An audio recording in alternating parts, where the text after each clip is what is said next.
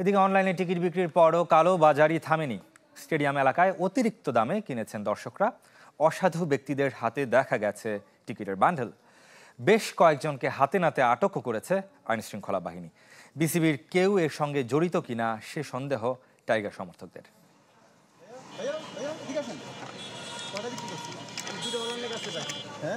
কত করে বিক্রি করলেন ভাই? 400 করে বেচছেন? কত দিয়ে কিনছিলেন? টিকিট কালোবাজারির সরল স্বীকারোক্তি। এমন অসংখ্য ঘটনা চোখে পড়েছে মিরপুর স্টেডিয়ামের বাইরে। আরেকজনকে টিকিটের বান্ডিল সহ হাতে নাতে ধরেছে পুলিশ। স্টেডিয়ামের পশ্চিম পাশে লন্ড্রির দোকানে মিলেছে ক্রিকেট বোর্ডের খামসহ টিকিট।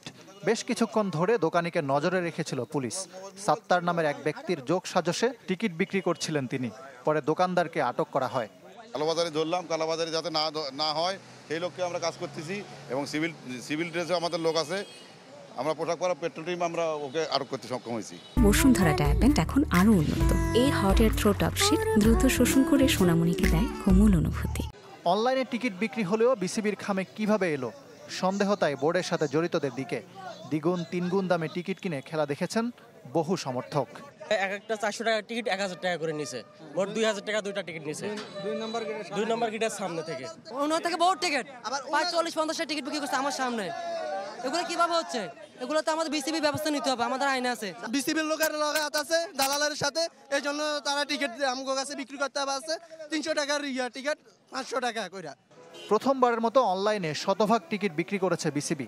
গণমাধ্যমে প্রচারণার পরও অনেকে সরাসরি টিকিট কিনতে হাজির। অনেকে আবার প্রযুক্তিগত দুর্বলতার কথা তুলে ধরেন। অনলাইনে টিকিট মানে আমি সিস্টেম জানি না, এই কারণে আর কি পাইনি। আমি অনেক দূর থেকে আসছি, এই কারণে টিকিটটা কাটলাম আর কি। আমি জিজ্ঞাসা করলাম যে এটা কি অনলাইনে, তারা বলছে হ্যাঁ অনলাইনে। পরে একজন স্ক্যান দিছে, ওটা সম্ভবত ডুপ্লিকেট। সাধারণ যারা পাবলিকে যারা খেলা পাগল ভক্ত গ্রামের মানুষজন তারা কিভাবে টিকিট কাটবে অনলাইনে? সরাসরি হোক বা অনলাইন, কালোবাজারি থামাতে পারছে না বিসিবি। তবে টাইগারদের খেলা দেখার প্রতি দর্শক আগ্রহে ভাটা দেখা যায়নি। ইকরাম হোসাইন, চ্যানেল 24, ঢাকা।